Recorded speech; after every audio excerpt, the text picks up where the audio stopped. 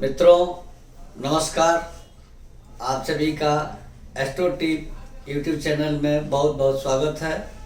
मैं पंडित मार्कंडेय दुबे आज यात्रा के ऊपर एपिसोड लेकर के आप सबों के समक्ष उपस्थित हुआ हूँ कि यात्रा में दिशा, तिथि, दिन, नक्षत्र, लग्न और चंद्रमा का विचार करना आवश्यक होता है। क्यों आवश्यक होता है? क्योंकि किस दिशा में, किस दिन, किस तिथि को, किस नक्षत्र में, किस राशि के चंद्रमा में, किस लग्न में यात्रा करना घातक होता है। यात्राएं प्रायः होती है, हर व्यक्ति कहीं न कहीं की यात्रा करते रहता है। वो व्यापारिक यात्रा हो, नौकरी करने के लिए इंटरव्यू देने की यात्रा हो, परीक्षाएं देने वाली यात्रा हो। दैनिक यात्राओं के लिए मुहूर्त की जरूरत नहीं होती है। जिस जगह पर आप प्रतिदिन जाते हो वहाँ जाने के लिए यात्रा की जरूरत नहीं होती है, लेकिन किसी विशेष काम के लिए किसी विशेष जगह पर जाना और एक समय निर्धारित करके जाना यात्रा होती है। इसमें दिशा, किस दिशा में आपको जाना है, तो जिस दिशा में जाना है उस दिशा में किस दिन की यात्रा सही होगी, उस दिन कौन सी तिथि होगी तो सही होगी। अगर उसके उल्टी तिथि है, उल्टा दिन है तो यात्रा शुभ नहीं होती है। नक्षत्र कौन सा होगा जो उस यात्रा को खराब कर सकता है, यात्रा का परिणाम गलत कर सकता है। चंद्रमा किस राशि में होने से यात्रा खराब होती है, कौन से लग्न में यात्रा करने से यात्रा खराब होती है।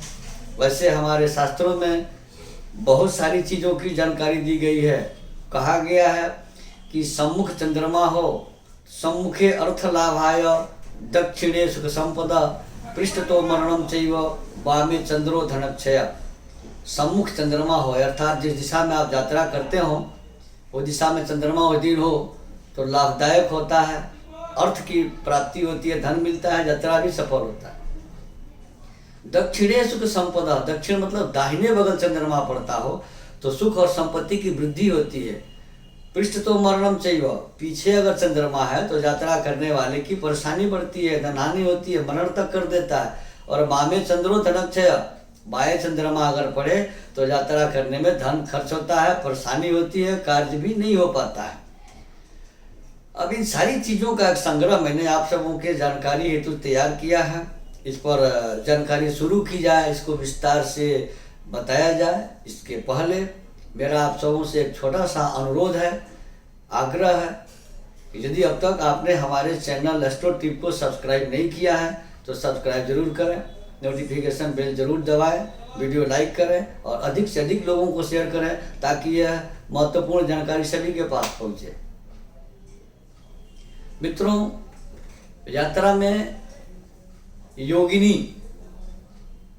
8 दिशाएं मानी जाती है यात्राओं के लिए। ऐसे तो दिशाएं 10 होती हैं, ऊपर और नीचे भी दिशाओं में गिनती होता है, लेकिन ऊपर नीचे की यात्रा कोई नहीं करता है। 8 दिशाओं की यात्रा होती है, 4 दिशाएं और 4 उपदिशाएं यानी 4 कोण, पूर्व, अग्नि कोण, दक्षिण, नैऋत्य कोण, पश्चिम, वायव्य कोण, उत्तर और ईशान कोण, ये 8 दिशाएं होती हैं। इन 8 दिशाओं में योगिनी का वास कहाँ रहता है और किस दिन किस दिशा में योगिनी रहती है, उसमें यात्रा सम्मुख योगिनी बहुत ही खराब होती है। सामने की और बाएं की योगिनी खराब होती है। सबसे पहले हम योगिनी की चर्चा करेंगे कि किसी भी पक्ष में, शुक्ल पक्ष हो या अष्टमी मतलब कृष्ण पक्ष हो, तो अष्टमी और अमावस्या में योगिनी का वास ईशान कोण में होता है। ईशान कोण में शुक्ल पक्ष या कृष्ण पक्ष की अष्टमी और अमावस्या में यात्रा नहीं करनी चाहिए, यह घातक होता है। अब प्रतिपदा तिथि में और नवमी तिथि में, वो शुक्ल पक्ष की प्रतिपदा हो या कृष्ण की, शुक्ल पक्ष की नवमी हो या कृष्ण पक्ष की, पूर्व दिशा में यात्रा नहीं करनी चाहिए। इस दिशा में योगिनी का वास होता है। तृतीया तिथि और एकादशी तिथि में, वो शुक्ल पक्ष हो या कृष्ण पक्ष हो, अग्नि कोण में यात्रा नहीं करनी चाहिए। द्वितीया और दशमी तिथि में उत्तर दिशा में यात्रा नहीं करनी चाहिए। पंचमी और त्रयोदशी तिथि में दक्षिण दिशा में यात्रा नहीं करनी चाहिए। सप्तमी तिथि और पूर्णिमा तिथि में वायव्य कोण में अर्थात उत्तर पश्चिम के कोने में यात्रा नहीं करनी चाहिए।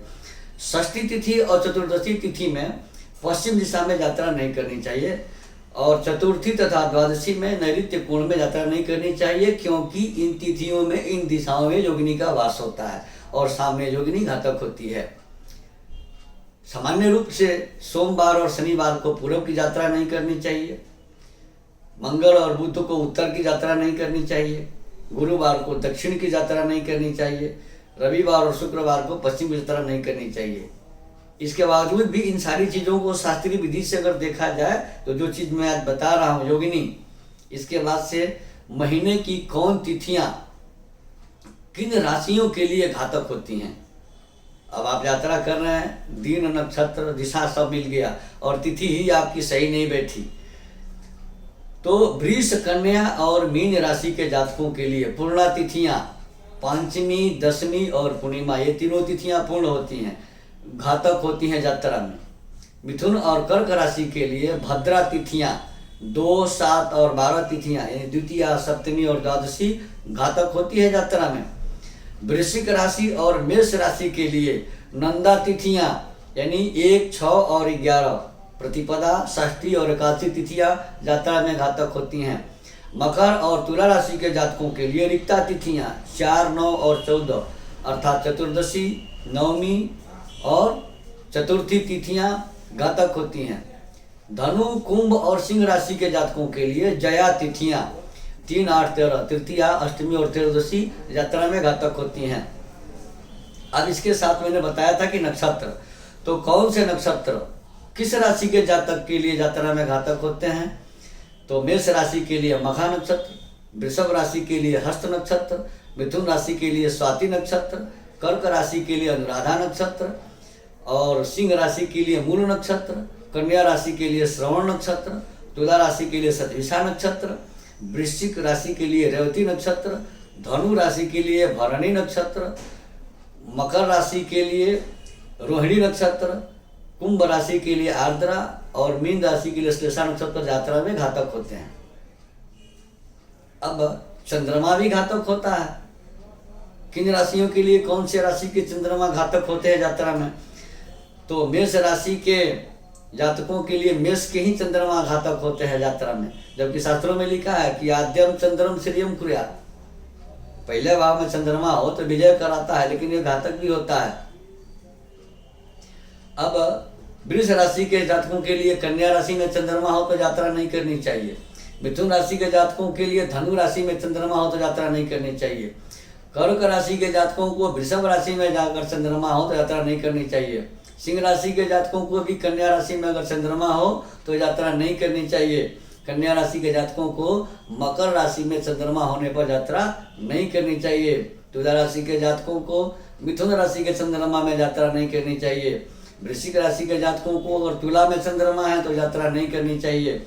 धनु राशि के जातकों को कर्क राशि में चंद्रमा हो तो यात्रा नहीं करनी चाहिए। मकर राशि के जातकों को वृश्चिक राशि के चंद्रमा में यात्रा नहीं करना चाहिए और कुंभ राशि के जातकों को कुंभ में ही चंद्रमा हो तो यात्रा नहीं करनी चाहिए। वैसे ही मीन राशि के जातकों को मीन में चंद्रमा हो तो यात्रा नहीं करनी चाहिए, घातक होता है। अब लग्न भी घातक होते हैं। किस राशि के जातकों के लिए कौन सा लग्न घातक होता है। तो मेष को मेष लग्न, वृष को वृष लग्न, मिथुन को कर्क लग्न, कर्क को तुला लग्न और सिंह को मकर लग्न, कन्या को मीन लग्न, तुला को कन्या लग्न, वृश्चिक को वृश्चिक लग्न, धनु को धनु लग्न, मकर को कुंभ लग्न, कुंभ को मिथुन लग्न और मीन को सिंह लग्न यात्रा में घातक होते हैं। और ये लग्न 2-2 घंटे, 2.25 घंटे के होते हैं। तो संभव हो तो इस समय को त्याग करके यात्रा करनी चाहिए। इन बताए गए लग्नों से, नक्षत्रों से, तिथियों से अगर अलग है तो यात्रा किया जा सकता है। हमने आज जो भी जानकारी आपको देना शुरू किया है ये घातक तिथि, नक्षत्र, दिन और चंद्रमा की बात कर रहे हैं। अब दिन भी घातक होते हैं। 12 राशियों के लिए 7 दिन में कौन से राशि के लिए कौन दिन घातक होते हैं। तो मकर राशि के लिए मंगलवार का दिन घातक होता है। वृष, सिंह और कन्या राशि के जातकों के लिए शनिवार का दिन घातक होता है। इन दिनों में यात्रा नहीं करनी चाहिए। मिथुन राशि के जातकों को सोमवार का दिन यात्रा में घातक होता है। मेष राशि के जातकों के लिए रविवार का दिन घातक होता है। कर्क राशि के जातकों के लिए बुधवार का दिन घातक होता है। तो धनु वृश्चिक और मीन राशि के जातकों के लिए शुक्रवार का दिन यात्रा में घातक होता है।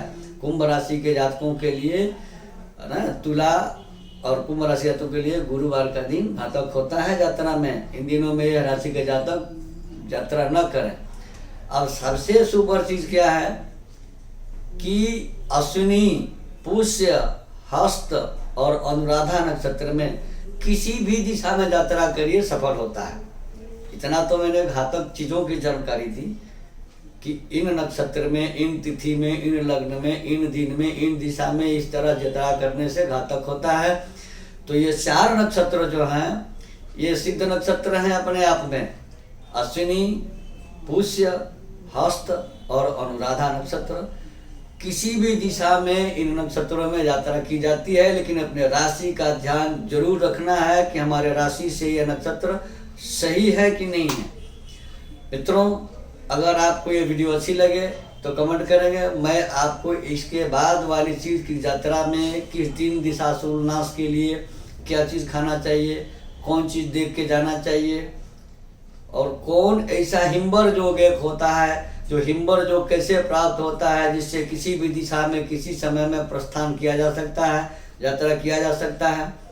यात्रा की मुहूर्त अगर आपको नहीं प्राप्त हो रही हो, यात्रा करने का समय नहीं प्राप्त होता हो, तो उसके लिए प्रस्थान विधान क्या है, कैसे प्रस्थान किया जाता है, इन सारी चीज़ों पर मैं अगला एपिसोड बनाऊंगा। यदि आप सबों को कमेंट्स हमको मिले, आप लोगों की रुचि इस वीडियो में दिखी तो आप कमेंट्स जरूर करें, अच्छा लगे तो लाइक शेयर जरूर करें।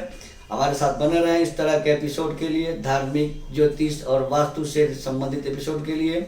हमारे यहाँ वास्तु विजिट किया जाता है, कुंडली बनाई जाती है, वाराणसी शुद्ध विद्वानों द्वारा जगह अनुष्ठान आदि करवाए जाते हैं। हमारे यहाँ सभी प्रकार के प्रमाणिक रत्न प्रमाण पत्रों के साथ उपलब्ध हैं।